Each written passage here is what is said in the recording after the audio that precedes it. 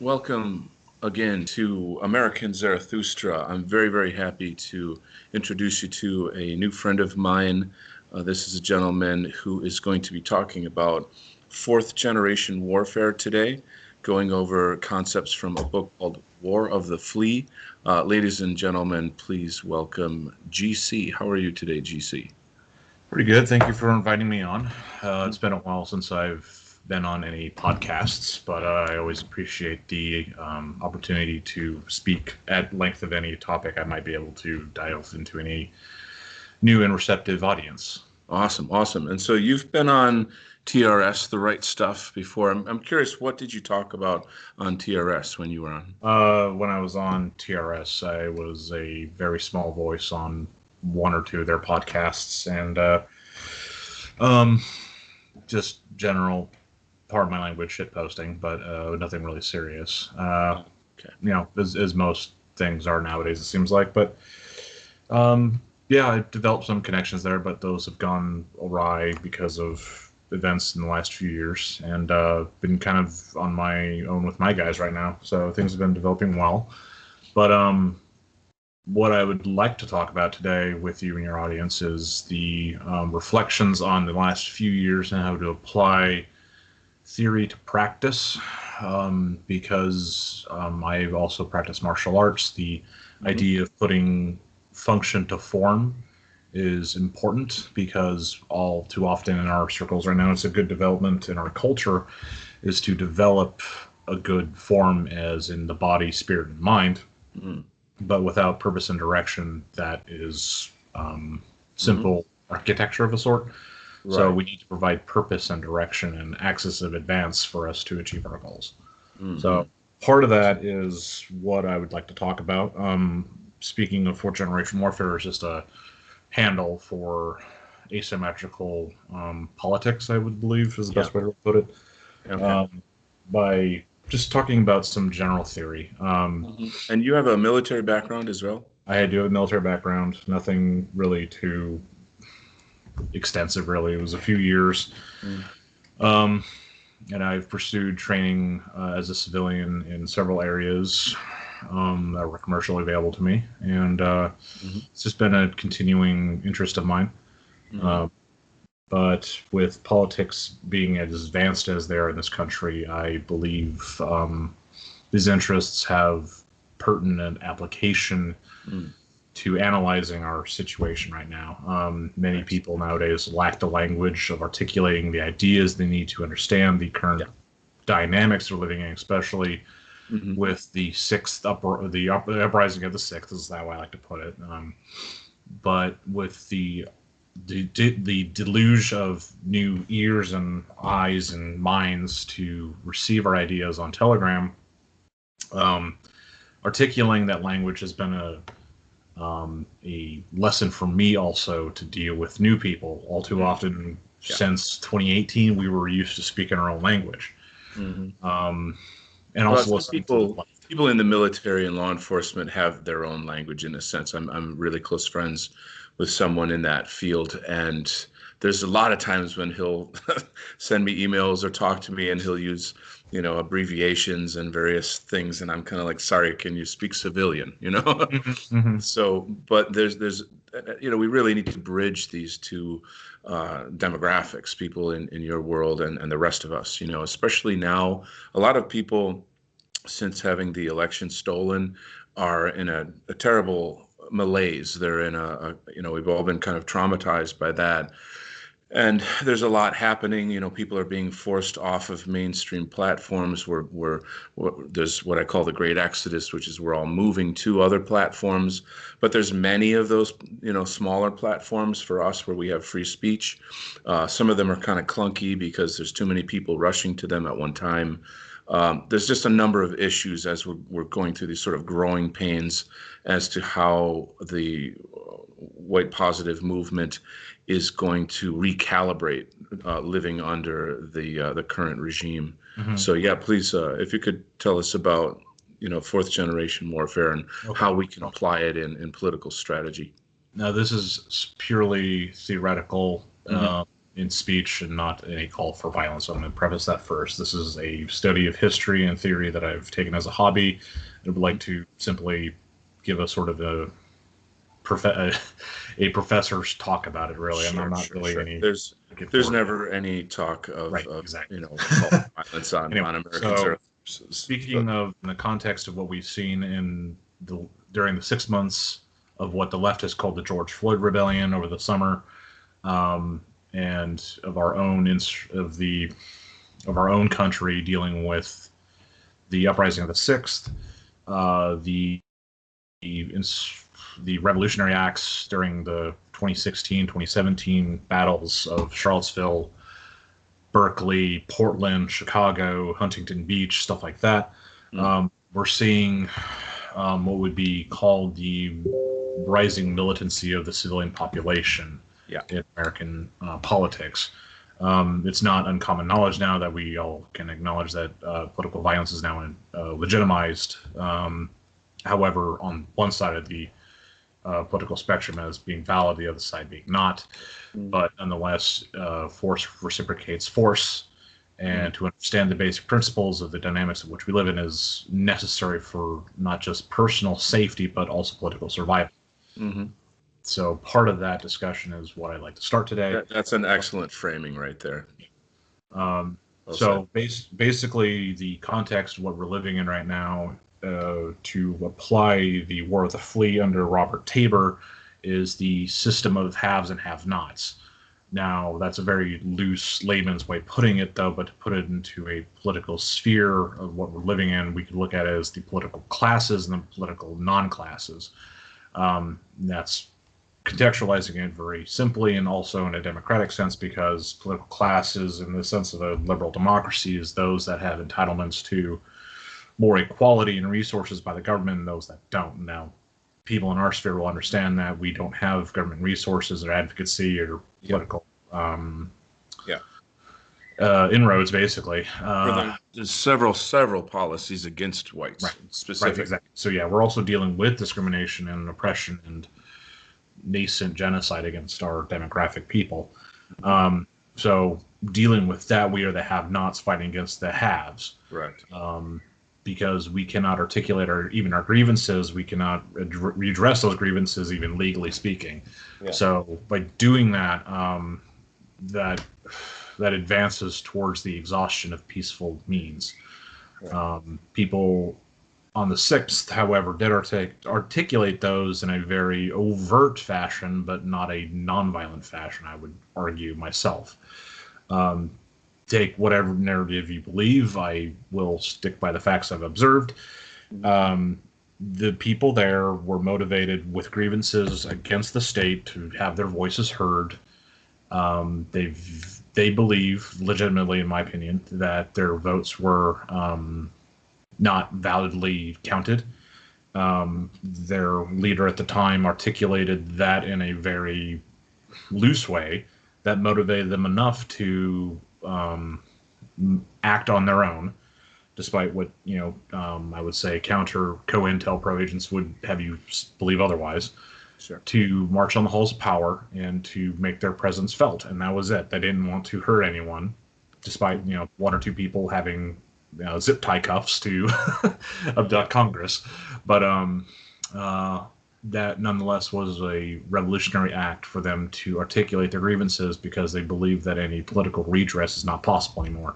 Right. So that is the latest act upon many acts that we've seen. Go ahead. I do want to interrupt you. I apologize, and I'm going to need to interrupt you once in a while. That's fine. Show.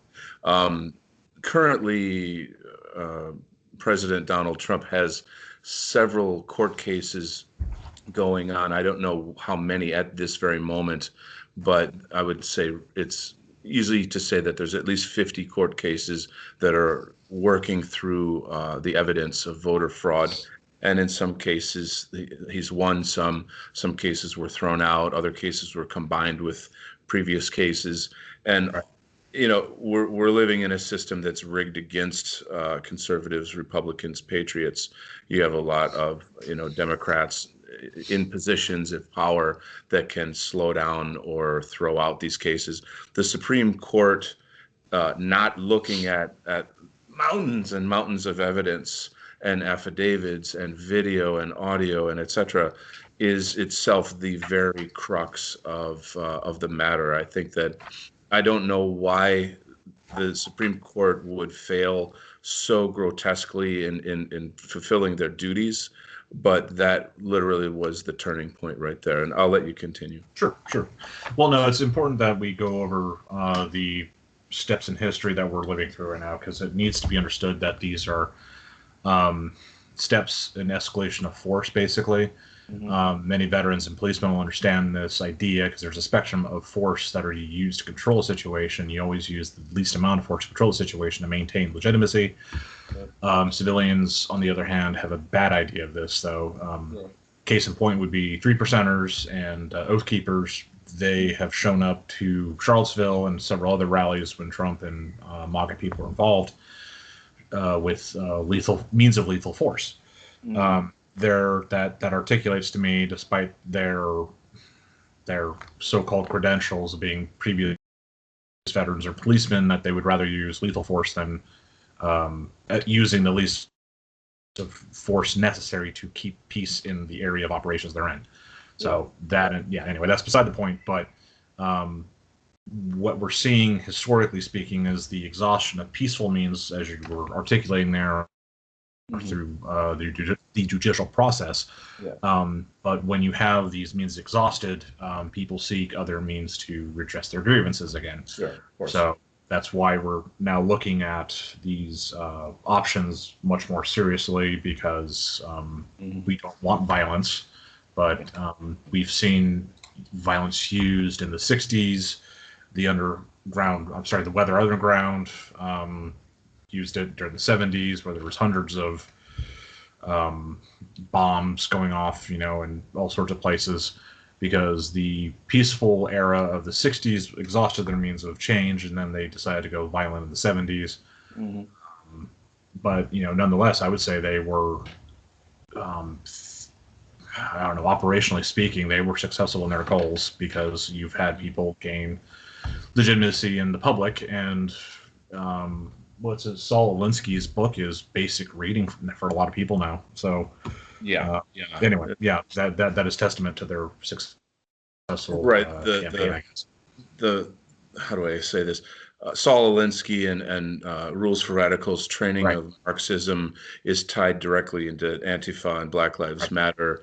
And so anyway, we could go off on a tangent, but I'll get back to where I'm sorry. There's a lot of avenues we have to approach. Sure.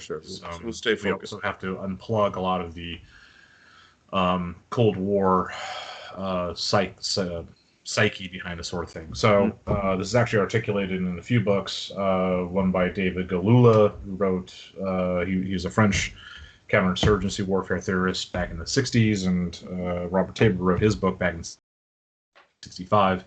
So these are all at the peak of the Cold War. And at that time, insurgency warfare in the last 20 years at that time was a left practice. And the thing about the left being able to use counterinsurgency warfare is that they're able to turn it into a socio-political force, not just a means of warfare. So that was the evolution of politics on their end that they were able to pioneer. Now, since they've attained power, the right wing in the West has now had to learn these lessons through theory and history, and through the nascent stages and the nuclei of movements that are in many areas of the West right now. So by looking at the lessons of the past, we're going to have to learn what they did, but apply it in different vectors that we can attain some sort of gains in. So that's why setting the principles is so important, though. So what we talked about 5 minutes ago was the haves and have-nots, and understanding what guerrilla warfare is. It is revolutionary warfare in the sense that it is motivating the general civilian population against military forces, whether that be the state or police or army. What we've seen in Portland, however, is also a exercise of asymmetrical warfare, despite it being a NGO-funded movement and protected by the Attorney General in that city, it is nonetheless a show of left-wing tactics and asymmetric warfare. I won't get into the tactics and deals like that because I imagine a lot of people understand them, but nonetheless, they are good practitioners at it, though, because they effectively suffered very few casualties in a metaphorical sense, because 90% of the people that were arrested were let off. Right, So, right. There were funds for that, and right. then you have to understand these are Democrat-run cities with Democrat judges, and they knew they were going to get let out of jail when they went and did all that violence and etc. But nonetheless, they have been hardened over their practice against police. So they've been exposed to tear gas, which you develop immunity over time. And they've refined their tactics, what they call swarm tactics. They published several works on that. Effectively, their term is be like water. So don't confront the police directly, but move around them and flank them. And footage from Berkeley shows this. If you simply outflank the police, they will retreat and other stuff like that. But anyway, I'm sorry, I'm getting into that's fine. Things. It's related. It's related. So, yeah. So moving on to the next piece here. So often with the right wing, when we're trying to articulate the idea of motivating the general populace toward radical politics, we articulate ideas like nationalism, race, religion, that sort of thing, right? These causes, they're rallying cries, but the general thing that I've noticed in 2016, 2017, these were rallying cries which motivate people, but it's the impulse, the revolutionary impulse. Again, we don't have the vernacular in English really to articulate the degrees of these things, so I have to use that term a lot. It's fine. The general upsurge of popular will. So when we see that articulated will to revolt against the elites, the pedophile, take your MAGA, the globalists, whatever you want to call them. We saw that metastasize into a united front between 2015 and 2017, and it generally shook the establishment, I believe. I mean, you saw you saw the escalation from soft controls to harder controls by the state, and the continuing repression of political dissidents in this country at this point. Because of that, though, they had to initiate hard controls and to basically fraud for elections to maintain a sense of normalcy. But I'll get to that, why the state has to get to any sense of normalcy later in this discussion. So when we look to a will to revolt, there has to be something more than a reaction to political circumstances and material conditions. There has to be and this is something that Spencer has done really well with. I think this is why he talks about the Faustian spirit and the Promethean vision of the West, right? It has to express an awakened new consciousness, because causes are only potentialities. So to articulate a new vision of the future, and this is what was so common with communism back in the 1900s and 1800s, it had a new vision of the future, but has since become archaic, to say the least. But with our vision of the future and our motivations, though, that we do articulate a new idea of what the future can be, though, such as the possibility of an ethno-state, because we don't have that anymore. Now, to put that into a future sense, though, that has to articulate the avenues of what we can do to achieve those goals.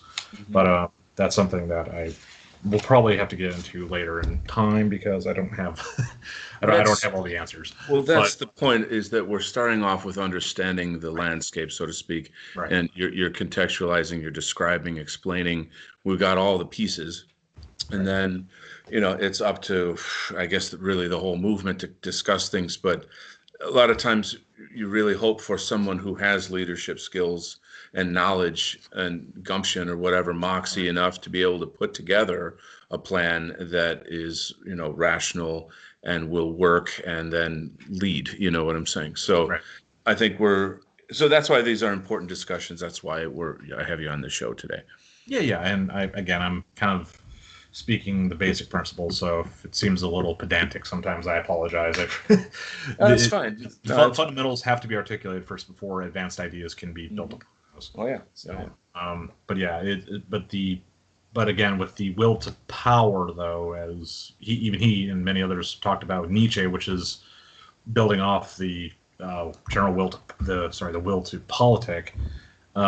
There Mhm. needs to be basically an idea that what was immutable, the status quo, as I like to put it, or the liberal hegemony, Mhm. that these new ideas can be um, implemented in the world. There's an urgent sense of the desire for change and a sense of urgency is there. Yeah. Um, when those are articulated in 2017, we were saying you will not replace us. Yeah. The idea of globalists for, I mean, even Trump, one of his best speeches was America won't be a home is a home for nationalism, not for globalism, or roughly around that. Sure. Sure. I Yeah, recall. Yeah. that of itself was a revolutionary It sentiment. really, So, it really was. yeah. I keep trying to tell people that it's not, and I'm talking about normies. It's not Mhm. Republican versus Democrat, rather globalist versus nationalist. But go on. Yeah. So when these ideas manifest in an individual and in the masses at large, this becomes a will to act, and that will to act was best, I would say, shown again in getting Trump into office. Though I mean, some people will disagree with me, in hindsight, that he was I don't know, a puppet, whatever you want to call it, though. But nonetheless, the will to act was shown in getting him into office. Though I'm speaking of the people, I'm not speaking of Trump, because um, again, we're speaking of the people, not the masses, not the system. Mhm. Um, Hillary, for all intents and purposes, was intended to be the next president in 2016, but Right. a Right. lot of their plans were put on hold because Trump was not seen as a real valid player. But nonetheless, the will to act overcame the Mhm. system's measures, and that were their playbook in 2016. They have since refined their playbook and barely squeaked out getting Biden into office, though. So, despite their counter tactics, for lack of a better term, they're Yeah. still barely holding on to power. I would like to articulate that, though. They're still able to maintain the image of the vestige of normalcy right now, but they're just barely.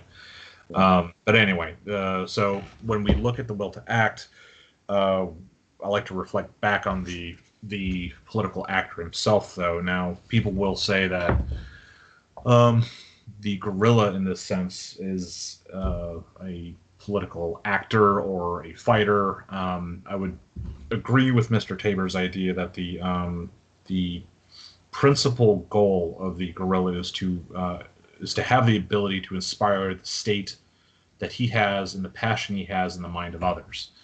Um, Uncle A said that this was the goal of a lot of people, is to inspire the passion in other people, though. Mm. And he was one of the few generally grassroots movements to attain power Mm. through legal means. So the idea of the guerrilla is to not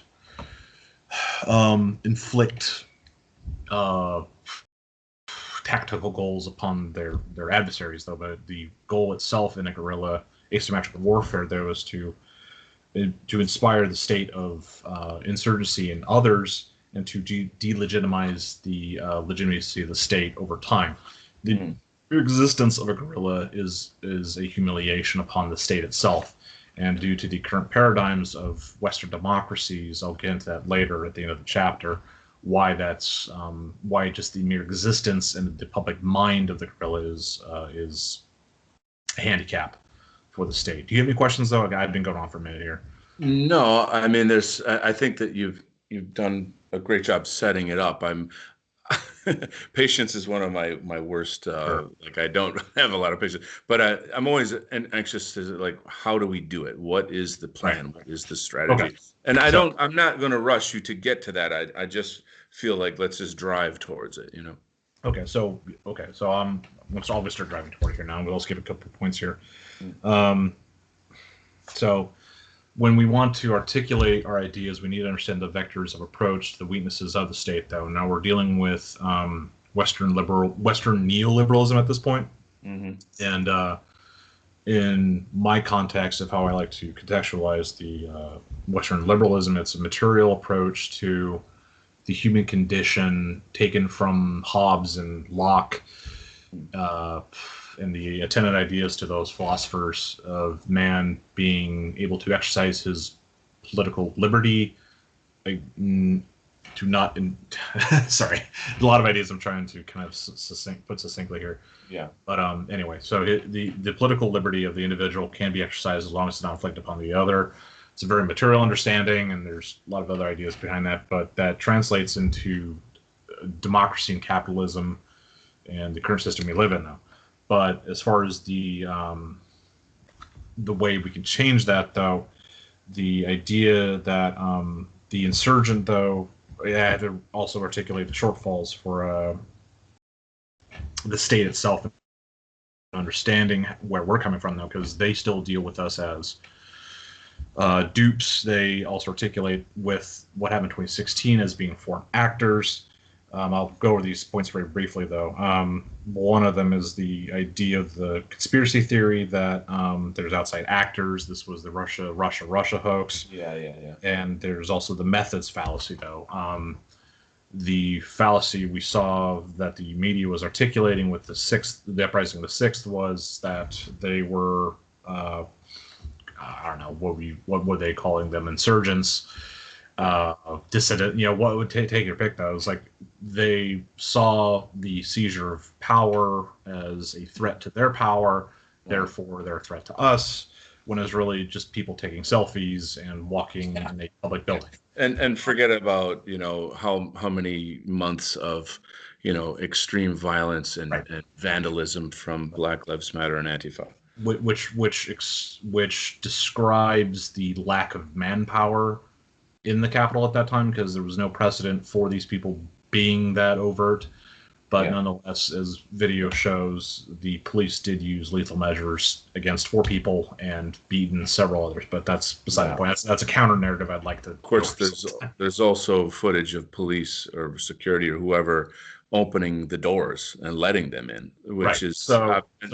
As I again, okay. So we'll just touch this really quickly here. Sorry to go off. Yeah, it's fine. I mean, there was 100,000 people there from the building to the reflecting pond.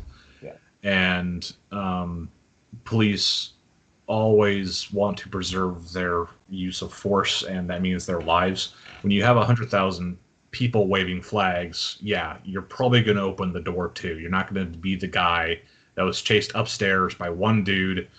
The guy had a gun on him, I believe. There was one black gentleman at the Capitol who saw a crowd downstairs and one guy pursuing the Capitol cop. I recall upstairs, that footage. Yeah. Right? So, I mean, that was their mindset, and they would probably open the door. I mean, it's not like there was a conspiracy to open all the doors and then again, I'll just sum it up here, as I like to talk with normies. The phrase I use is, so Trump conspired with Antifa to launch his own failed coup to have himself impeached. That's the line of events and the conclusion of those actions. So, your idea of premeditation does not make sense. I honestly do believe, from the video footage I've seen and the lack of any coherent idea behind it, that it was just a spontaneous thing that no one saw, and many things in history are just spontaneous actions that lead to consequences. But again, sorry. That's good. That's good. I mean, you're bringing a military perspective to this that is better, and a lot of times just looking at a footage of something isn't really understanding it. But so let's just continue. Okay, let's just continue. I'm sorry.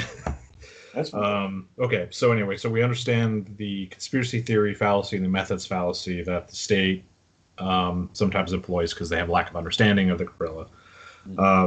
But again, the first view, which would be the conspiracy theory, is not even cynical in the sense that Western liberalism only sees itself as being the only valid method of government anymore. Because what does the state always say? Well, why wouldn't you anyone want to not be an American? We have the best material condition ever. We have all the wants and needs satisfied, right? And we can all have our voices heard in government.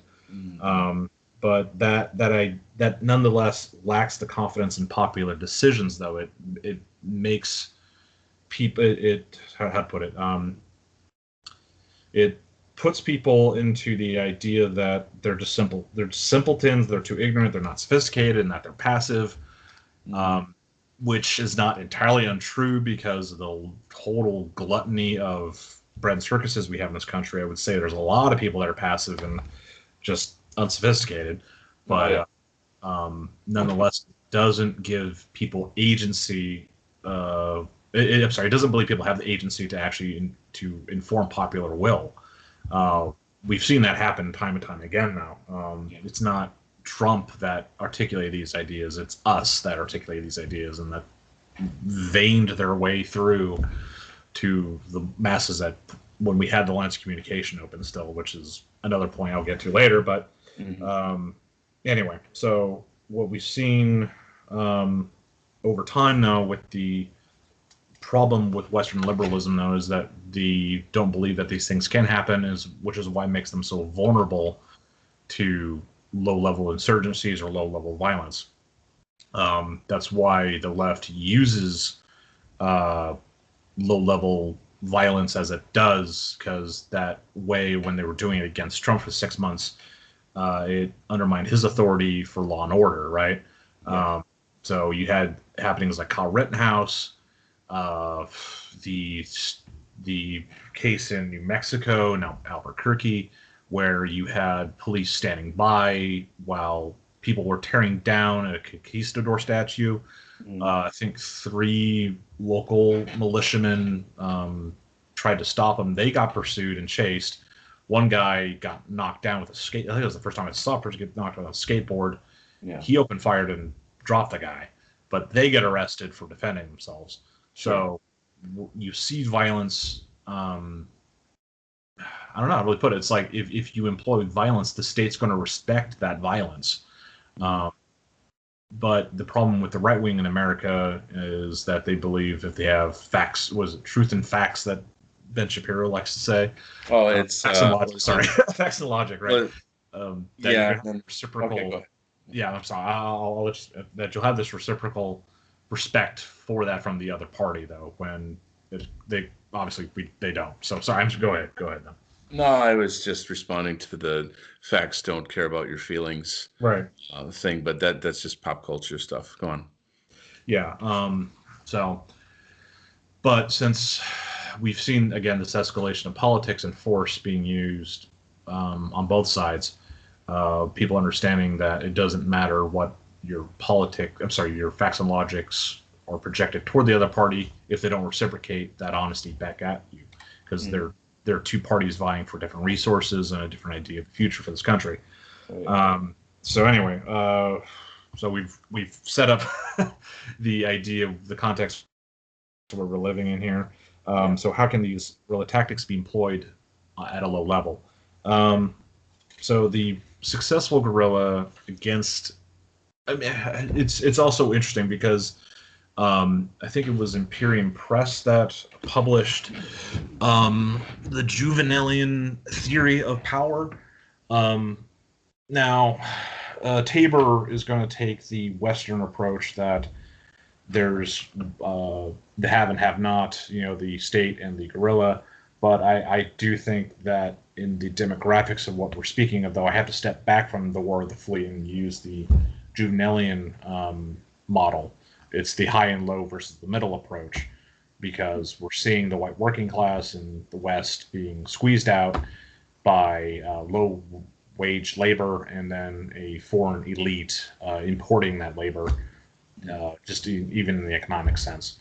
Socially, we've been isolated for a very long time. Politically, we have no representation. So there's, again, it's the high-low method of power. So I don't know if his idea of guerrilla tactics against the elite is entirely valid, but I do think it's still the best vector for political change, because really can't change the political avenues in this country by attacking the low power vice, I guess, if that makes sense. Um, so if we're going to direct the axis of our political energy, I believe personally that it would be directed best against the elite power holders in this country, because those are the ones that move the motions of Sure, politics they in this fund country. everything. They Right. provide the script and they provide the money, and they control all the avenues of information from entertainment Right. to, news, and then of course universities and the rest. So I hear you. Right. Because what has also happened by targeting or they're moving that axis toward the low end of that vice. You've seen, what was it, Minutemen? There's some other groups that went to the border to stop the influx of illegal and legal immigrants coming to the country through the border. They worked with ICE and Border Patrol that was semi-successful, but again, there's only so much they can do. I would like to see all axes of advance employed, but we only have so many resources though and time. So I think directing our energy toward the top of that vice is what we need to fight against in the Juvenalian model. So I keep that in mind when I articulate these ideas. Yeah. As far as the dissident goes in our group here. So when employing political energy, the state or counter dissident, I don't know how you want to put it, the state actor, they're inherently defensive though, because the dissident in the American context has the initiative though. We initiate the political discussion, political action in this country Mm-hmm. because we are free in our poverty in a sense, because we're not burdened with maintaining legitimacy, the well-being of normalcy in this country, the economic foundations, or property, or the well-being of people, and a sense of normalcy in this country. The political partisan in this country, his best relationship is with the community, though. So when we speak out against the state and its legitimacy, we have to articulate the grievances of the community we're connected to. Right. So stepping into another piece of what I'd like to talk about, what's been going on currently in our little scene, is the isolation of various groups of people, though. People have been trying to keep their gains that they made in the heady days of 2017. But for the most part, I think we've become anti-fragile as a term used by a lot of people, which is true because from what I've seen in the 90s, the militia movements fell apart after Waco and Ruby Ridge. They've had a resurgence since then, but they fell apart after the government cracked down on them because, again, they didn't have a good articulation of politics, though, and they fell into infighting and FBI crackdowns and stuff like that. So anyway, but now we have an endurance and a legacy and some sort of longevity to our ideas and our groups now. So anyway, what I'd like to say now, though, is because after 2017, 2018, people got off the Trump train, that are genuine dissidents in this country, are not hoping for a political solution through electoral politics, that they've distanced themselves from speaking to the general public. Now, that's also because of censorship and stuff like that, but there hasn't been any re-engagement of the community and the people around them now. So that's why it's so important right now. And I know it's hard with COVID, but people are not watching as much sports. They're not, they're not really engaged with the general hegemony of the media anymore. They're seeking alternative messages and ideas. So I mean, to interrupt you, go ahead. You're trying to make the point that our side needs to communicate with the main. Right. Yeah. I know it's been said a lot, but the context I want to put on it, though, is that in of itself is an act of dissidence and I won't say insurrectionary politics, but it is an act toward that goal of those ideas, because the general will to act as we saw in 2015, 2017, was because of years of small works done by a lot of people to articulate new ideas and to build these networks to which actuated against the state and manifested in getting an outsider into the system. And that generally did shake things. So again, I'm trying to contextualize what we went through because even I at that time really didn't completely understand. I still don't completely understand what happened at that time. It just was a general will to act against the state, right? Yeah. The hegemony of what we lived under, because we saw it as not legitimate anymore.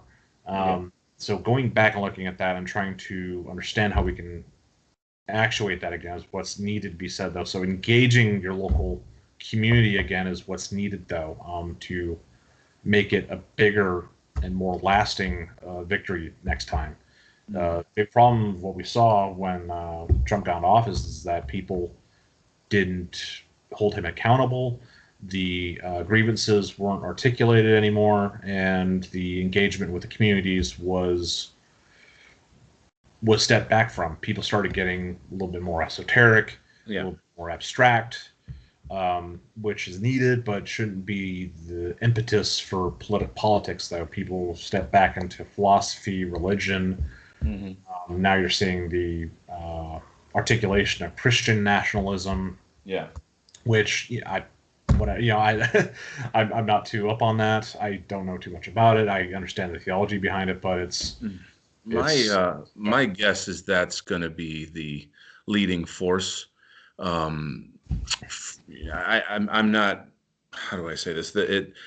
That's really where the numbers are. Okay, those are the people that I guess put Trump in office and that whole momentum. And we on the farther right are a smaller group of people in terms of numbers. And I would say that our IQ is generally much higher than the kind of the average conservative. So my thinking is, how do we get out in front of that? And especially if they are so deeply attached to Christianity as some kind of framework through which they see the world, through which they see themselves and America, it seems to me like it behooves the far right to grasp onto that somehow and grapple with that in some way. Do you think that's a reasonable assessment? It is. I think it's a reasonable assertion also of political will, because the Western experience has been molded by Christianity for about 1,500 yeurs in various parts, and solidly for 1,000, because you still have pagan parts between 500 AD to 1,000 AD, and the Teutonic Crusades and stuff like that. But that's beside the point. So the Western experience has been articulated by Christian ideals: the 30 Years' War, the 100 Years' War, Crusades, the Ottoman Empire, stuff like that. So the lived experience has gone through the molding of Christian theology. But how to articulate that into political grievances now, it's hard. I think that the idea of the martyr is a emotional one that could probably be revitalized in the current context, because we have a lot of bad things going on against the general Christian population in America, at least. So how that would articulate into a will to act, however, it's difficult in my assessment, and I might be wrong. I'm not always right, but the Christian idea is it's good for orderly society because it establishes reciprocity between the general population and the powers that be, and listing them as grievances, though, toward a will to act against a state. I don't know. It would have to be. I think it would have to be a part of something larger. It would be a powerful plank, but I don't think solely it could be the only thing. Because the three parts of an identity are ritual, procreation, and security. What we saw in 2015 and 2017 was, I believe, the idea of procreation being part of that security of that identity, because people worry about demographics, replacement level immigration, stuff like that. and it still is. There was the poll that came out recently. The top thing for Republicans right now is still illegal immigration, but it's not articulated at CPAC. Yeah. Besides the point, though, the idea of procreating your identity is still there. What Christianity gives is the ritual of that identity. So that's beautifully said. That's an interesting concept. I feel as if there's no, I don't know how to say this, but I feel like the sort of Republican right is really just a big convention where people give speeches and clap and congratulate each other and worship each other and take photos, and that there's no actual political power or effect or change.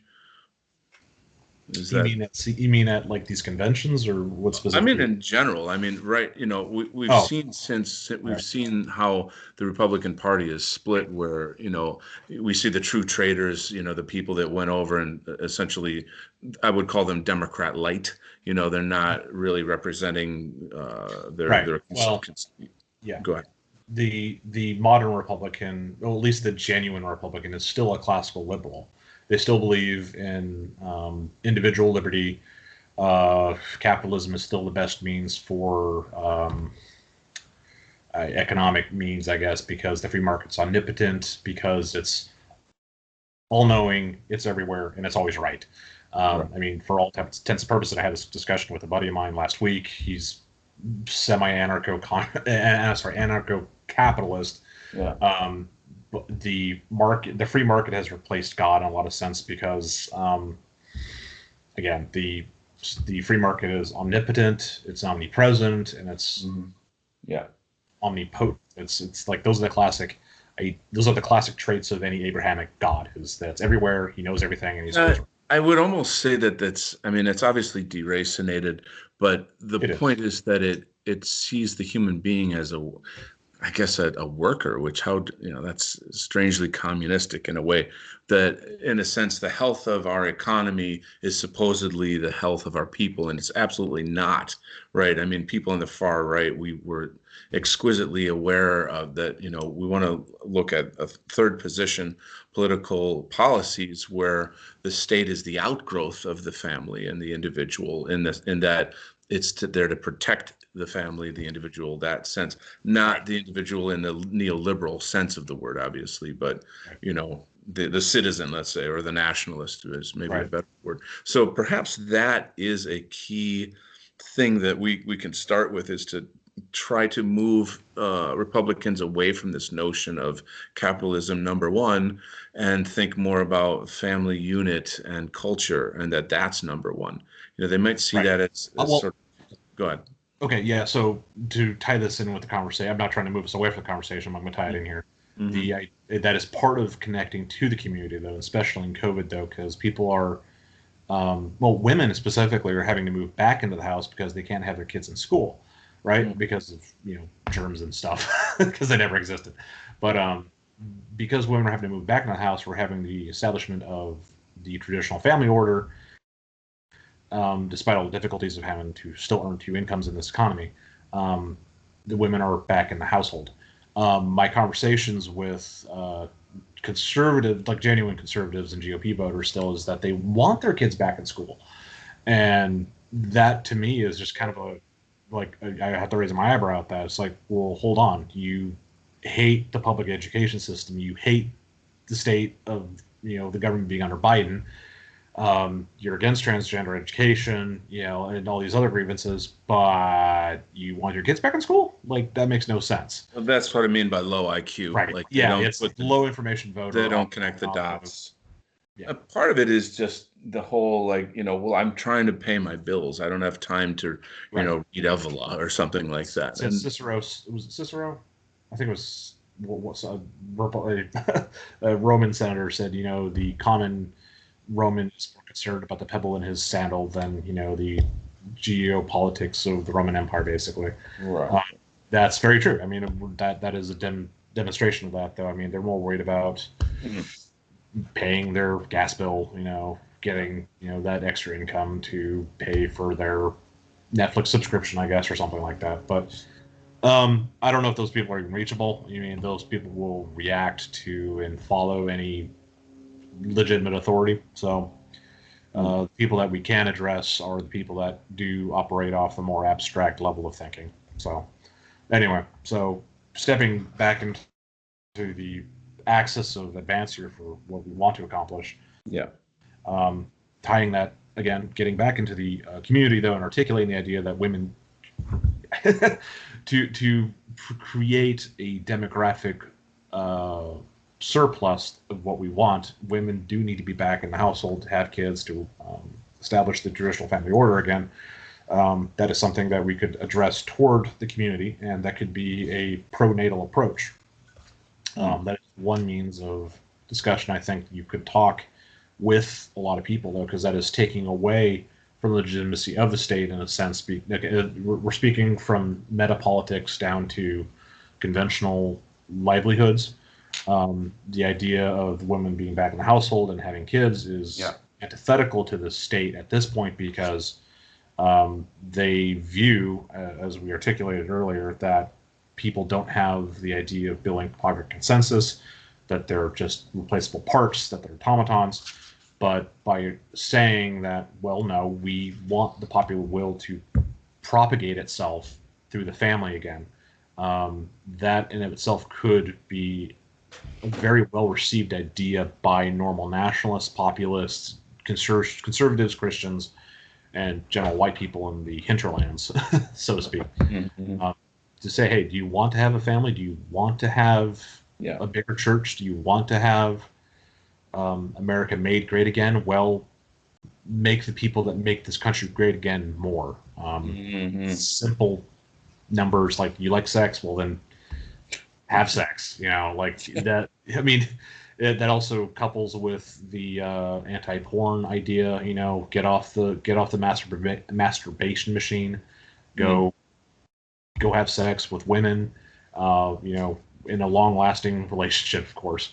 That would, anyway. So I mean, a lot of these grievances we have, anti-porn, building families, having more babies. It's just put all that into the narrative and then say, hey, have these large families.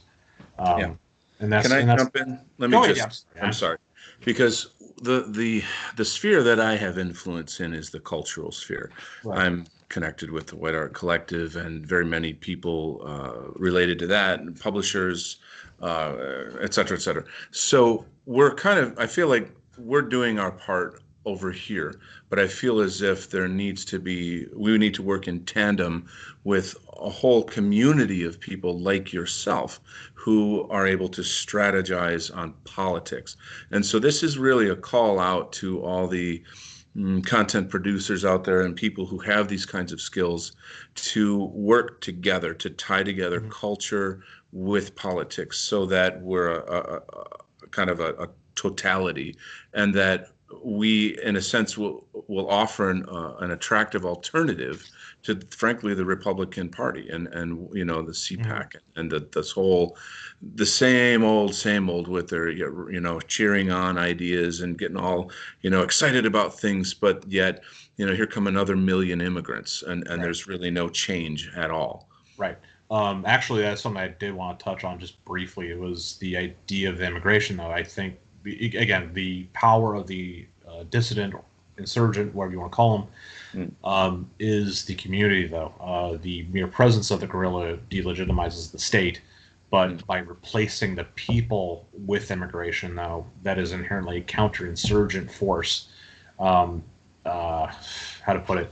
Like what happens with a lot of continental empires, with the Mongols, with Napoleon, and the American Empire too.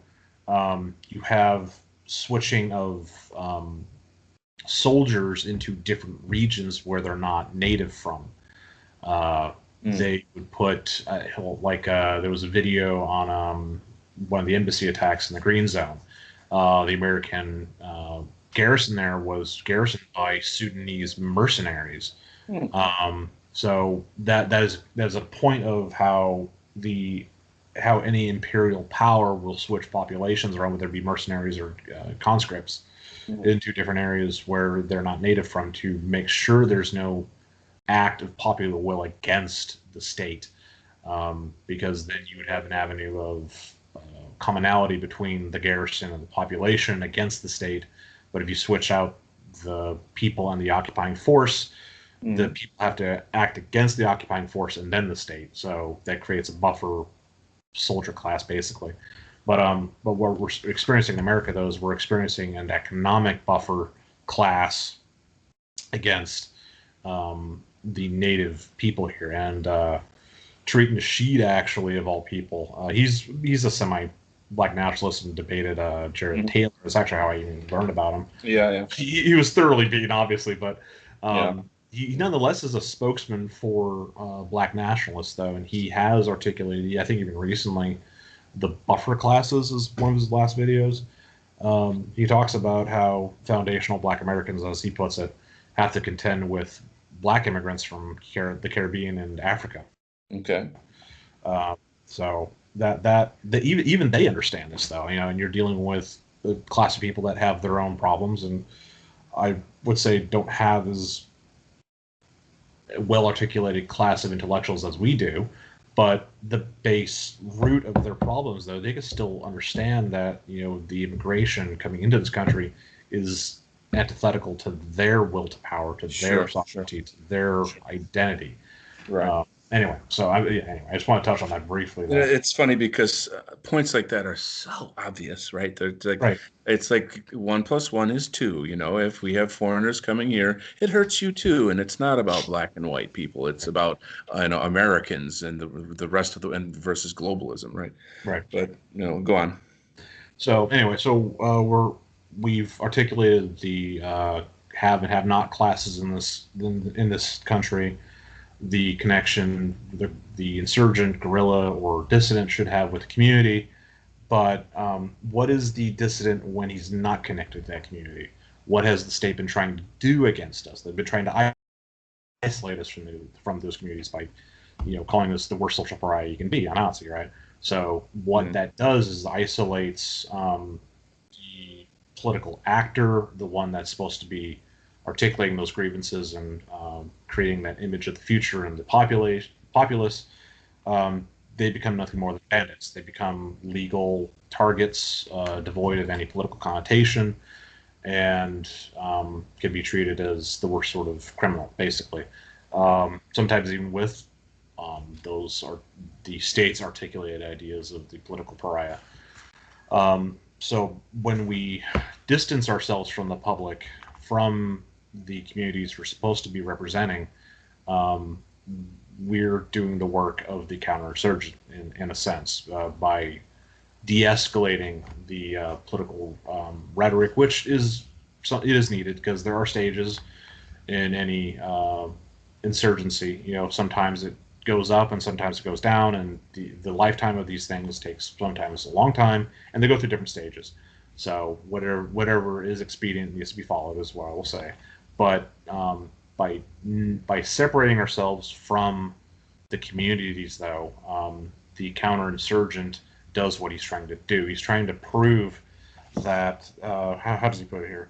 That anyway, I'll just try and remember off the top of my head here. That the counterinsurgent's goal is to basically show that the insurgent's goal, and this is Tabor's words, that they're not able to be achieved. It's not possible to achieve the insurgent's goals through simple use of force and by the continuation of normalcy in the state. That's what happened in Vietnam. You had the American Empire trying to show the Vietnamese people, 30% of them that even agreed with the South-Vietnamese government, that this is how it should be, that, despite being colonized by the French and the Americans at that point for 30 years, and then a Chinese war after that, that your way of life is invalid, you should not follow these things, and that we have the better way. So what we're living through right now is the political persecution of these dissidents and trying to isolate them from the public, though. They are failing at that, though, I believe, overall, because what they did, they overreacted to the uprising of the 6th, and they moved the entire body of Trump's base into our sphere, like literally just censored them and just deplatformed all of them off. If they were smarter about it, they would have kept them all in Parler in that little political ghetto and just left them there. you know, because they had all of that data they were mining from the owners, and you had to give them your fucking ID and all that shit. As soon as I saw that, I'm like, I'm not making a right, parlay. yeah. So What makes you think you can ask me for that? You know, that's absurd. Right, exactly. Wait, exactly. what kind of audacity is that? That's insane. You know? That's what you call chutzpah. That's a lot of chutzpah. I don't know about that. Yeah. Owned it, right? Anyway, so and even in the right wing, the dissident right wing has a bad problem of conspiracy theory. I think that's because they can't articulate their lack of power in the system, so they have to believe there's a plan against them, and that every act is part of a plan. That's why you have Q. But I forgot who. It's not T.S. Eliot, but it was somebody else that said, "Never." What was it? I'm trying to remember so I can deliver it well here. Never attribute malice which you can attribute to stupidity. They acted stupidly. The state is not that smart. It was ran by some of the stupidest people in the country. Their political machinations are very tenacious, but it's because they try all the time. You know, these people are thinking nothing more than just about power and pleasure. And if that's all you do, after 100 times, you're at least going to get it right once. You know, we're people with very few resources trying to get right the first time. It's why a lot of people think that these people are so good at their job. It's not that they are smart, it's that they have the resources to try 100 times, or we have so little resources we have to get it right the first time typically. Well said. Yeah, anyway, so that's let me see here. I'm sorry. I'm trying to progress with the narrative here. I'm trying to get across the audience here.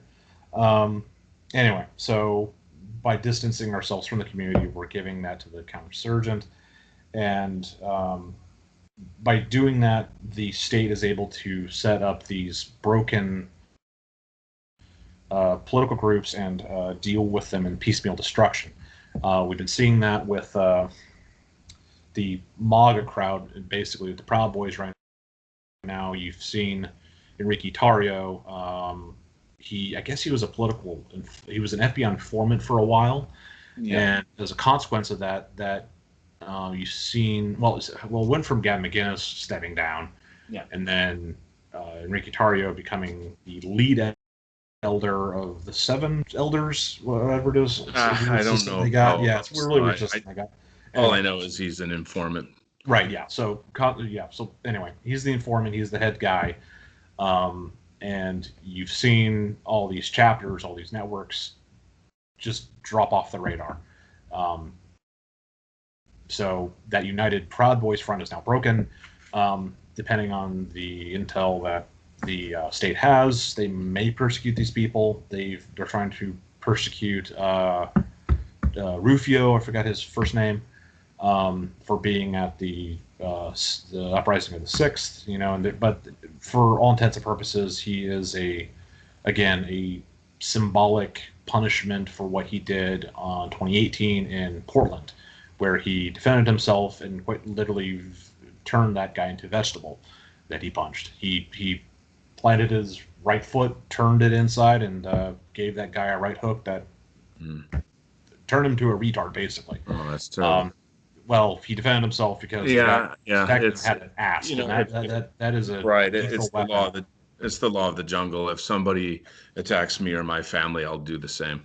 Right. So I mean, he defended himself legally, and he got arrested, I think, for 24 hours, and they couldn't even put charges on him because all video footage and witness accounts at the time said, he defended himself and he came out on top. But luckily, so that in of itself shows the what's the right term? The determination, the will, and vengeance, I guess, of the left. They hold these grudges, I guess is the best way to put it, for more 3 years at this point. Well, 2.5 really, but 3 years essentially, to get back at you. So they will remember every injury you inflict upon them, and then come back at you years later. So it's pretty. I mean, again, it depends on the audience that we're talking to. I think we both know that the far right knows all this stuff. Right. Yeah. Again, I'm trying to speak to a wide audience. Yeah, which is really important, and because that's what we're trying to. That's the audience we're trying to reach. Right. You know, I kind of wish that we could give a tour, maybe Yeah, get a tour yeah. I bus or mean, something for normie right wing people and say, hey, come on over to the far right and, take a look around and see all the things that we know. Ask us questions about our policies rather than asking the left to represent us, which is absurd. Why would, you don't ask your someone's enemy to say, hey, is that a good guy? Well, of course they're going to lie or say some crap about it. But anyway, I'm just sort of trying to wind this more towards actual application of, I'm what sorry. strategies should we use and how do Okay. we So, use them? okay. So that was my next point. Yeah, that's good. Yeah, I tend to go on, but so the insurgent guerrilla, whatever fighter you want to call him, he's primarily a propaganda. I'm quoting from the book here. He's primarily a propagandist, agitator, and disseminator of the revolutionary idea. Um, this is something I want to emphasize because the years of 2015 and 2017 are still romanticized in the boomer mind. Um, those years were the idea of the revolutionary idea in their mind of making America great again. We had a different idea, but we're all on the same united front. And we used the struggle itself, the actual physical conflict of what we were going through, as the popular participation in politics, though. That in itself was a small revolt against the system because the way democracies fight against dissidents is by soft measures and asymmetrical methods of repression. Um, I won't get into the details because most of us understand that, but if there's people that are new to you that are coming from the MAGA wing recently, maybe they'll learn it later if I continue to go on these shows. But point being now is that the physical actual conflict of those rallies that Trump had were part of the political narrative, though. That was part of the politics of what escalated between Huntington Beach and all these other fights that were legitimately called battles. There was a small, low-level insurgency going on between the left and right in the streets of this country. But again, the dissident uses that struggle as part of the articulation of the political will. That is one approach to how you can delegitimize the state because the state was using asymmetrical means to repress us. Now, the right wing understands, from far right to middle class people living in the suburbs of DC understand that, though, that vote Republican. Like, they understand that the repression of the state was done not through, well, it was on the 6th. It was used with actual bullets, but during those years, it was used with fists, piss jugs, take your pick, though, man. Doxing, harassment. Right. Like, there was the struggle itself was the political fight against the legitimacy of the state. But again, the mere survival of what at that time was the alt-right and then MAGA and Proud Boys, those in of itself were embarrassments in delegitimizing the state because they were, again, articulating grievances against the state because there was no means to redress white genocide. That would be a far right thing.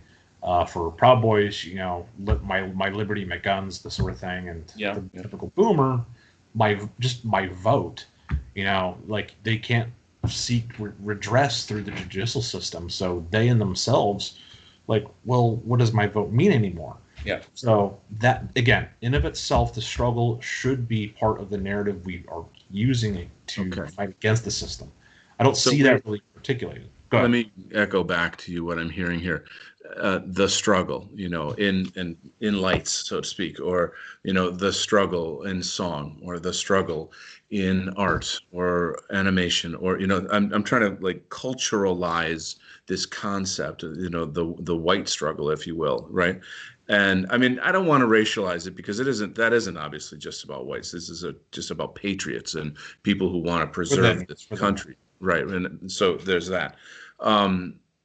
So, I'm looking at what you're saying and I'm thinking through how how people in my sphere in the arts can take this, because that's what I'm hearing is you have to create in a sense a new narrative or a more I don't know, streamlined narrative so that Republicans in general understand, the movement in a bigger, broader way, maybe beyond they're kind of little ghettos or generations, if you will, because actually, you get the boomers and the zoomers and the millennials, and everyone has a different perspective. If somehow this could all be kind of congealed into one perspective, and Okay. that being called the struggle. Okay. Yeah. I can help you out with that.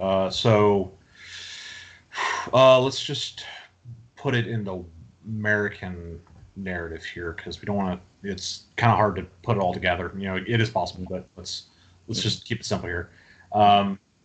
The white American experience on this country is articulated in the idea that we're a nation of explorers, settlers, and then immigrants, right? Mm-hmm. But the common narrative now is that we're just a nation of immigrants. Like, no, we're not. Like, that is a blatant lie on its face. We explored this continent, we settled this continent, and then we gave enough security and space and benefits for immigrants to come after that. But as far as like articulating the struggle, the story of white resistance could be articulated easily through the battles of the recent years. Back further to the what was it, in West Virginia? There was a southern state that had veterans come in and overturn the mayor and his police department because of corruption. That could be one story. Some other stuff. I won't mention the group, but there was a group of Southerners that fought the the post-Civil War era. What was it? The Reconstruction era. That could be a story of that resistance. I see. There are periods of history that show the will to protect the identity of the communities they represented, and of European origin. Those should be shown in the context of our greater narrative as a people on this continent defending themselves. The Alamo would be a symbolic story of martyrdom by Davy Crockett and the people there. Yeah. What else? I mean, the exploration of the poles by Norwegian Americans, hailing Antarctica. I mean, Neil Armstrong. Rumor has it that he took a piece of his clan's tartan with him to the moon because he was connected to his Scottish heritage. His Armstrong's Scottish clan, stuff like that. These little pieces of history, if you just look deep enough. That is part of the American experience, though. The American experience is exploring space, exploring the sciences, exploring our souls. In the Protestant tradition, and also the will of conquering a whole continent. That should be part of the arc of the American story, though. But right now, in our current era, that would be. Now that would be interesting to talk to some Christians about, because they would put a religious context on, and that would be able to give you a lot of imagery, right, emotions, and stuff like that. Though, but as far as I go, I'm going to dox myself about my religious affiliations, but I think in a nationalist sense, we should understand it that this is the death of an empire, and that the struggle between communities is the mumblings of language for different nations in this empire. The various communities, again, demographics difference. Politics is downstream from culture, and culture is downstream from people. So we're seeing these rival communities, whether they're protected or not, whether they have or have nots, as Taylor would say, trying to vie for resources from the state and assert their will. Since we don't have any way of protecting our identity through legal means, we're having to articulate them through dissident podcasts, art, building our own communities offline, stuff like that. So that would be, I guess, in an artistic sense, it would be kind of an era of impressionism, because you could show the common person doing everyday things, but doing it in a way of advancing their own identity. It's hard to fighting really promotes the idea of romanticism, so that would be one way of using that classical method, though. But we use in a lot of our memes neoclassicism, with the marble busts, the fashion wave stuff. So it's kind of a weird synthesis between 80s and neoclassicism, which I do like. I do like that aesthetic. Sure, yeah. But anyway, yeah, that's some artistic ideas there. But to push on with this first chapter here, I'm sorry, I'm almost done with it. I think here. Again, so when we were talking about the alt-right, the Proud Boys, and this sort of thing, their mere survival was delegitimizing the state because it was embarrassment. So again, if the guerrilla was to use political military techniques, and again, military is just a term for the spectrum of politics, because politics is an extension of, warfare is an extension of politics. Yeah. How to put it? Because most political insurrections have failed in the past, the thing we've seen throughout history, and this is just my own amateur historian point of view, because you've moved away from feudalism and because governments have to be popular in their support, you've seen the success of insurrections increase to 1 in 3. I forgot where I got the statistic from a paltry like 1 in 100 or something like that, from whatever era they got that statistic from.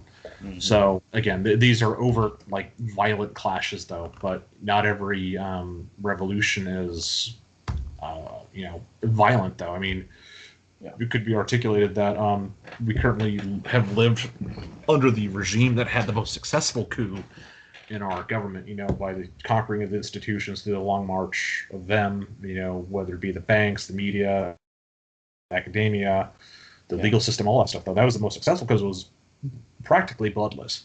Anyway, so and that's one way to look at it. But I would say, how do nationalists go through this sort of thing now? Looking at David Galula, his 1960s idea of right-wing insurgencies have often been military juntas, coups, stuff like that, whereas left-wing has been popular uprisings, worker strikes, general strikes, stuff like that. But in our current context in America, though, and this is what you're trying to ask for, is what's our playbook look like? Right.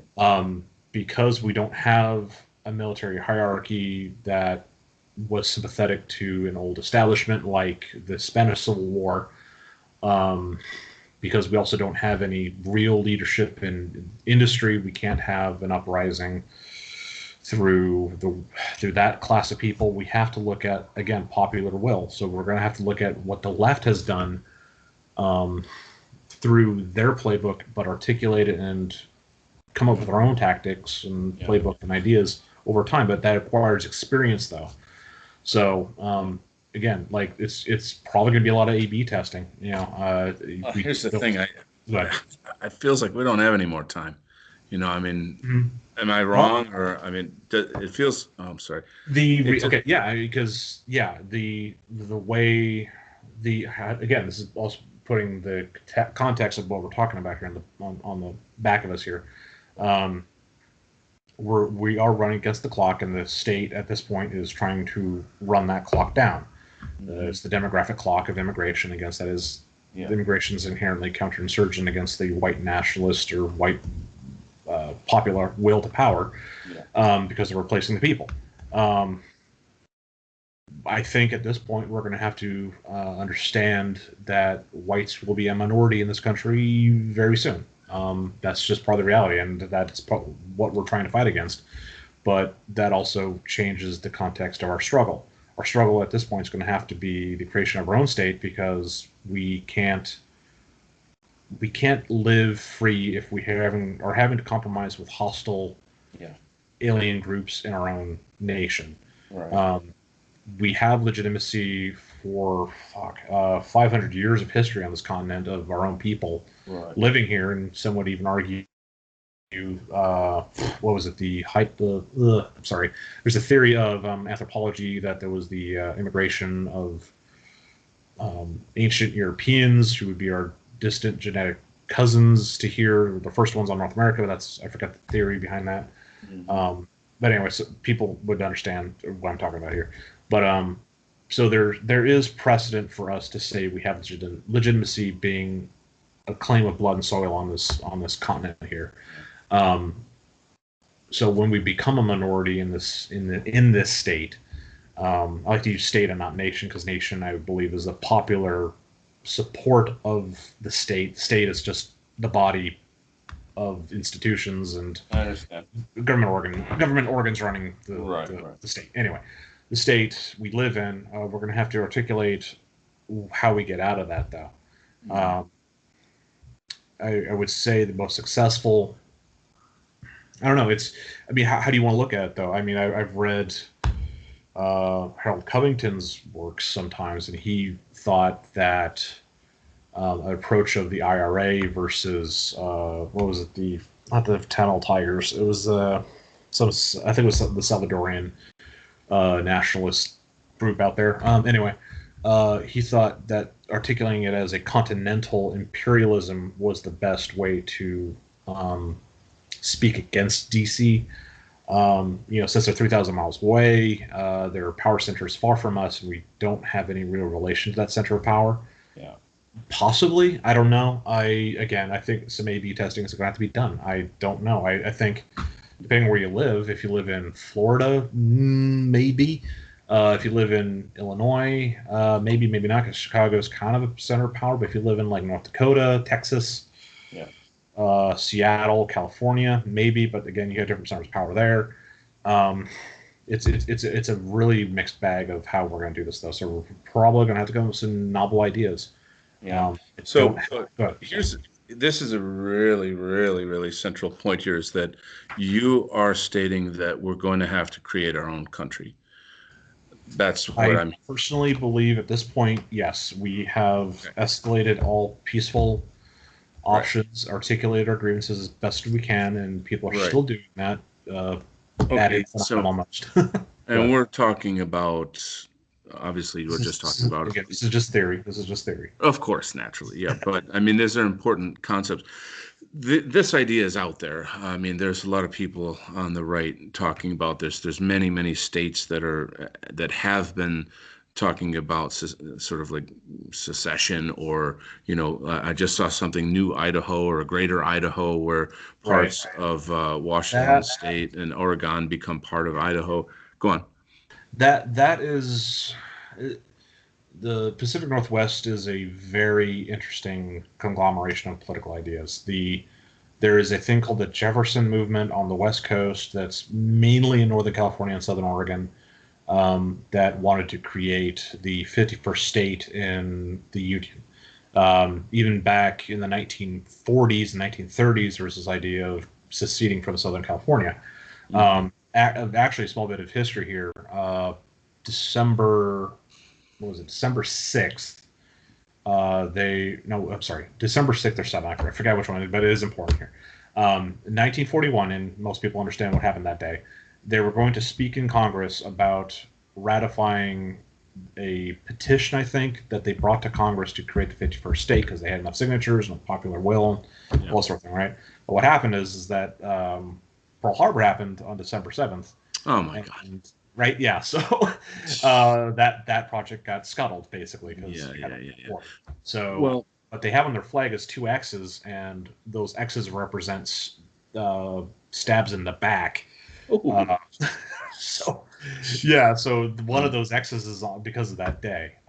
Anyway, let me pull it back here again. So let's say that is the answer. Let's just follow that train of thought for a while. So something I've been saying over and over recently is that right now, I think the biggest power we have is civil disobedience, is essentially not complying with unconstitutional laws en masse, in massive numbers. If you took every single Trump voter and none of them wore a mask, for example, or just that's just kind of one example.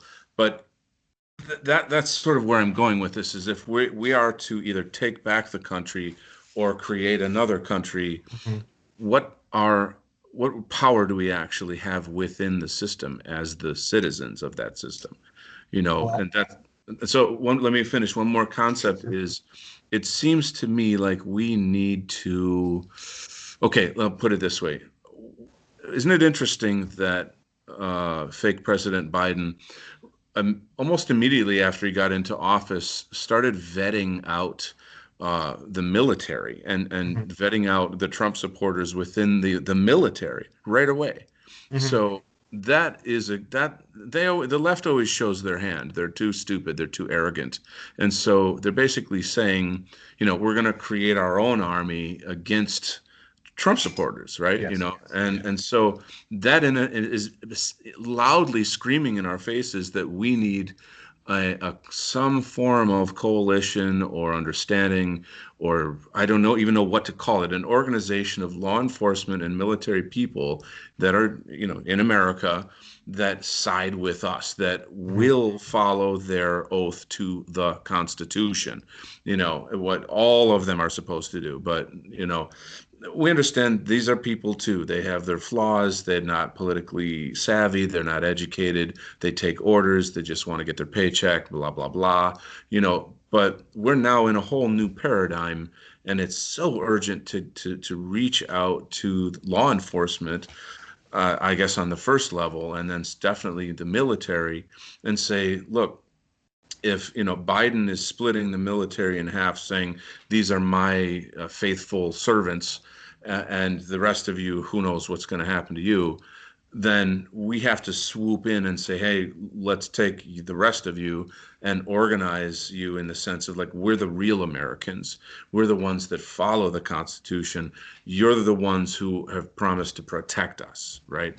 And so that when we don't comply with unconstitutional laws, you will not arrest us. You understand what I'm saying? So, like, that's part of creating your own country. That's what I call the Great Exodus. That's part of this concept that that we're sort of observing happen organically right now. So what are your thoughts on that? Is that too revolutionary? Is that crazy? Possible? Impossible? What do you think? Modeling off of what would probably be called syndicalism or labor unionism, I guess, but syndicalism is probably the best term I could think of for that. Yeah. Syndicalism is basically the idea of organizing labor through unions, and through those unions you can mediate the needs of society and government and all that sort of Marxist ideology. Nonetheless, though, syndicalism was practiced by the Phalange in France, so there is a national precedent set by the Phalange for it to be practiced. But in the American context, it's difficult for a few factors. One, people still view themselves, okay, well, again, normies, because we're still trying to deprogram them, and we're dealing with decades of programming, so right. This one factor is an uphill battle. They still view themselves as individuals with my bundle of rights in the Constitution, and my legitimacy for those rights is granted by God through the Constitution and the founders as prophets of God, basically. Yeah. So organizing them as a collective to protect, I don't know.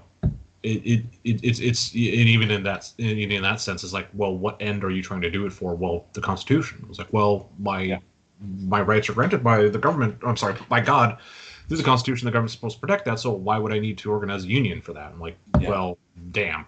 So I see, personally, I would be for that because I can articulate my ideas without having to refer to the Constitution.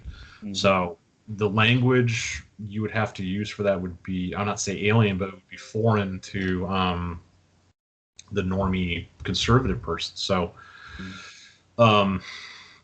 I personally think at this point, like, you have to provide the language for them to articulate the ideas of the emotions they have as emotional reservoir in their heart and souls.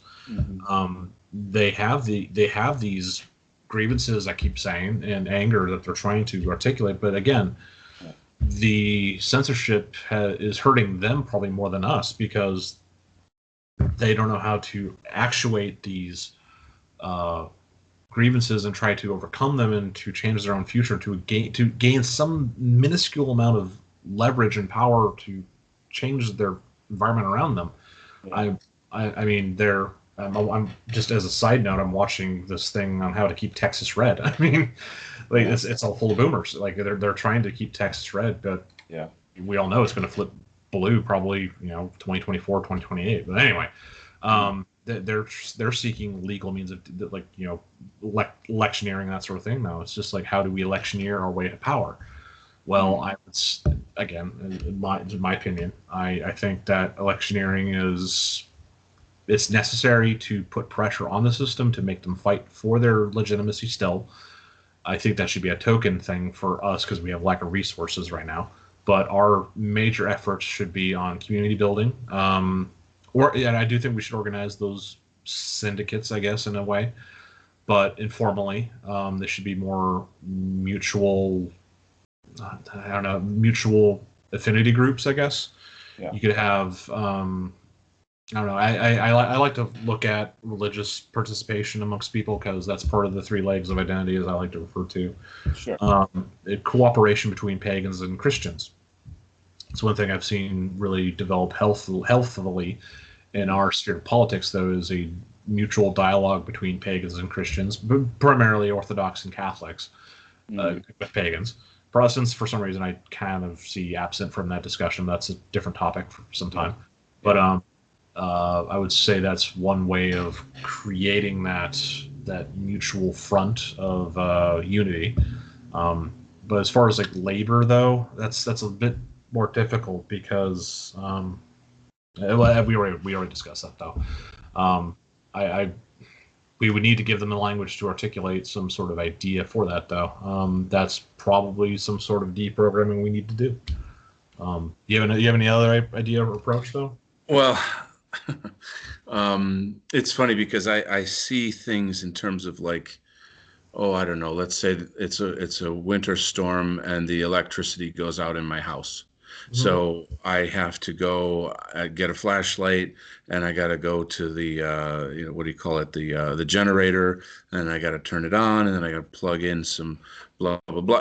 Like, here's the problem, here's the solution, bang. But in this case, it just, our people are scattered like crazy. They're just arguing with each other. They can't connect. There's just, we're in an awful malaise, and we're just completely scattered. So just trying to convince everybody that, the electricity's out, that alone is the biggest damn problem. And then saying, okay, it's a very simple solution. We have to break away from this false, this globalist regime that is intent on destroying our country. We have to first mobilize, right? It seems very obvious to me. But the thing is, to just look at the one slice of the pie here and talk about law enforcement alone, to be able to say to them, like if I were to walk up to a police officer and say, if the government or the mayor of this town or your boss told you to enforce an unconstitutional law, would you do it or not? Yeah, that would be, first of all, I wouldn't do that because, it's just inviting trouble. But like, I shouldn't be afraid to do that, right? These are public servants. They're not enslavers, right? They're not here to intimidate me. I'm not breaking the law, right? In fact, it's the opposite. Spirit of that, right? Yes, but that is the function they do nonetheless. I think theoretically. Yeah. I don't know. So, I don't know if talking to them. I mean, the problem with conservatives appealing to the blue line, right? Like they have those flags. Is that the police kneeled before Black Lives Matter. That is a piece of deprogramming I like to toss at them when I have one-on-one conversations. It's like, well, you waved that flag, but that flag kneeled to BLM, and you know what BLM is doing to you. Yeah, so you basically kneeled against you. Right, you kneeled to Marxism. And I would say, I mean, I don't know if those were individual decisions or the chief of police said, okay, you're all going to go out and kneel, and make a show for the cameras, or did they get paid off to who knows how that all went down. But the general feeling I have is that police in America, God bless them all, are woefully desperately, terribly ignorant about politics, what's happening right now, that our country is being taken over by Marxists. They just don't seem to understand what's happening at all. And that's incredibly dangerous. That's massively dangerous. This whole kneeling, take a kneel or whatever, all that stuff it just shows that they're no different than football fans or some shit like that. They're not, in a sense, they're not cops. They're like putting on a show for the cameras. What is that? Are you an actor or are you a cop? What, and they may think like, well, in my heart I want to, do something good, and they just don't understand they're being duped. Nobody can argue with the sentence Black Lives Matter. Of course they matter. The point is that's a fake label for Marxism. And, how do we get that out there? How do we make it like on a massive scale known that these are the rules of engagement, or these are the problems that we're having right now? I guess, again, right now it's just a conversation, but. Well, it depends on how big an audience you want to appeal to, what vector of approach you want to take with them. I personally think, on a general approach, what I said earlier was probably the best, just to kind of like give them that blue screen of mental death there, so to speak, and because that goes counter to their narrative, right? They think these people are violent, they're creating disorder, therefore the police should be putting them down, but they don't. Yeah. But as far as a more abstract case and looking at it from a historical point of view, the classic Marxist approach was looking at class warfare. Means production was owned by the factory owners and capital owners and all sort of thing, and the proletariat was meant to overthrow them, but the bourgeois would need to be either slaughtered or convinced to fight for the proletariat, stuff like that. Over time, because that really didn't manifest too much after World War I, you had the Russian Revolution, the aborted attempt in Germany, stuff like that. The communist agitators understood that the class model was a failure. It didn't articulate communism into the world in mass. So they had to retool it toward racism. Races, basically, sorry. Yeah. So what you see now is in America, the white kulaks, take an old Soviet term, as the bourgeois class, and the rest of the world as the proletariat. So they're using the same language. They've simply switched out the classes with races at that point. Yeah. And how successful that is, I don't know. But nonetheless, it is the language they're using right now. As far as we can retool it toward how to put it, to bring that to the masses or to talk to other people about that. It's just like, well, how are they looking at you? They're looking at you as the privileged class, the people with all the entitlements and stuff like that, who said the same thing. Marxists, and who are Marxists, the tribe. They're simply putting you into the class to be genocided. I mean, yeah. Because that's what communism, hell, even anarchism talks about. They want to abolish class, and that is, in this case, a euphemism for race. And by doing that, that means you will be killed. They even speak about it openly, at their rallies. It's just like that. That would probably be the easiest approach, taking it from the big picture to the little picture and the individual. They are articulating harm upon you. So. Yeah. If you want to compromise with them, you are bargaining at a very bad position there, because how are you going to bargain for your life? Well, you're probably going to have to get speak of slavery or something like that, or at least surrender all your possessions. As someone who's got a military background, if there was a citizen organization to reach out to law enforcement and military, with this notion of, how do I say, we want to identify which one of you are going to keep your oath to the Constitution. And if so, then, I don't know, wear this little pin or I don't know, like become part of this organization. And it could just be like a brotherhood or something, not, not like, it's not, I don't know how to say it, it's not a paramilitary organization, but Right. rather just a symbolic organization that says, no matter who's in office, and as we're heading toward, it's acknowledging that we're heading towards globalist communism in America, that these officers understand their original vow and they're going to keep it, and that signals to citizens, this is the real deal. This guy is a real cop. He's not a fake cop who takes a knee. He's not a fake cop who or military person who is going to support what Biden says, because they recognize that Biden is an illegitimate leader who blah, blah, blah, blah. I don't want to go on in that whole right there. How would law enforcement or the military look at an organization like that? Well, I hate to nitpick what you're asking there, but it's like my goal is to delegitimize the state. Mm-hmm. Part of the state's legitimacy is the Constitution, and as long as it maintains that visage of abiding by the Constitution, even vaguely, that maintains its legitimacy. I'm sorry, I have to cut you off here. So the reason why you want to do that is in order to build a new state. Is that correct? The end goal, yes. But the first step in that is to move away from the state that is repressing us. So yes, for that goal, you need to delegitimize the one that's ruling over you. So yeah. Okay. So whether that's, go ahead. I apologize. There's two things. We're moving away from one thing and moving towards another thing. In this case here, where we're talking about if a new state were to form somehow. There are a few nuances to that, because I have thought about this a little bit. One approach would be, and this would be a much more meta narrative. Mm-hmm. I'd like to wrap up the chapter eventually, but we'll talk about this for a minute. Okay.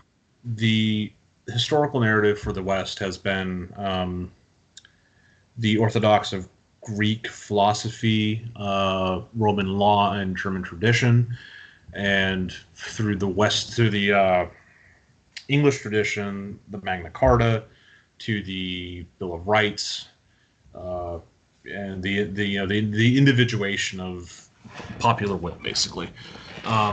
The Constitution is a part of that history. You could, in an approach to sync up what you're trying to do with that approach, say that, how to put it, due to the defeat of Jeffersonian democracy in the Civil War, we've had the federalization of the government and the centralization of power over time. That could relate also to the Juvenalian model, but that's beside the point. That to move to the next step and to ensure our rights are protected as individuals in a Hobbesian Locke tradition, that we need to re-articulate these ideas in a modern context, because even back then they thought that landed gentry was the way to go because they had skin in the game, they owned land, they had families, and that sort of thing, right? But over time, the idea of democracy has been individuated to homeless people having equal votes to military veterans and doctors, right? Mm-hmm. So if you want to approach a military veteran, a policeman, or a well-respected member of the community, you would say, well, objectively, you have put more skin in the game, so you should be afforded more. You have taken more responsibilities publicly in the public sphere and in the common space. You should be rewarded with more say in that. So a method of that would be perhaps more votes. This would be more of a Starship Troopers author. What's his name? Forgot. I don't know. Sorry. Heinlein. Sorry, Heinlein. Yeah. Anyway, okay. The civilian to citizenship thing. Like, the citizen gets the vote, the civilian doesn't because he's just residing in the space. But the tuning of that would be like, well, if you put more skin in the game, you have property, family, whatever, you're rewarded with more votes. That would maintain the Western tradition of constitutional republics and still protect the Bill of Rights, but would enfranchise people that participate in the public space more, so that might appeal more to the liberal social, I won't say socialism, but yeah, I don't know. That would be one way to do it. I kind of like that idea, but again, that's a very, very prototype model. Personally, I think, how to put it, I think maybe the easiest way to do it would be just to put in the Constitution that this Bill of Rights was meant for this body of people because of these traditions, and it would need to be articulated again, and not just in a badly written document of government. Because as much as right wingers like to think, oh my God, it's a most well-written document ever. It's like, no, it's actually very badly written. It's very vague. It's why you have, like, what was it, immigration? There was an immigration law set because, oh no, sorry, it was related to the which amendment was it that legal? The 14th or 16th Amendment that legalized African Americans as full citizens, because of the Constitution it said people living within the United States or something like that. They extrapolated that 100 something years later to mean just even immigrants, because it was so badly written in 1787, right? So yeah, you would need to update the document to enfranchise the ideas what we want as a government now. I understand. Yeah. That might seem, I mean, it's a sacrosanct document, but it would be necessary to save ourselves, basically. Yeah. I personally, I think we need to kind of just wipe the slate clean, take that Bill of Rights with us, Sure. reimagine a new form of government, whether it's parliamentary or a temporary, in the Roman tradition, dictatorship.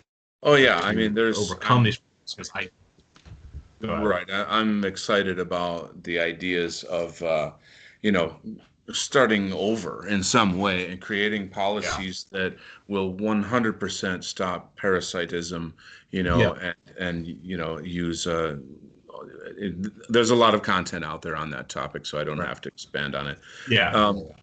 This is quite excellent. This is all very important stuff. I am frustrated with the lack of focus and checklists, kind of like do this, Right. get her done, kind of like I'm that guy, So I understand it's not that easy. This is obviously a very serious and complex topic. But I really, really appreciate talking to people who are extremely well informed and super articulate like yourself on that. So I think it contributes to the whole mosaic of what's going on, and is again part of that organic great exodus that's happening. So as we're being pushed off all the major social media platforms, as we're having our rights threatened, and the circle is closing in tighter and tighter, these discussions have to happen. And so, I just, again, thank you very much for contributing your time and your expertise. I appreciate the opportunity to speak. Thank you. Awesome. All right. Thank you, everybody. Please share, subscribe, comment, get involved, and have yourself a great day.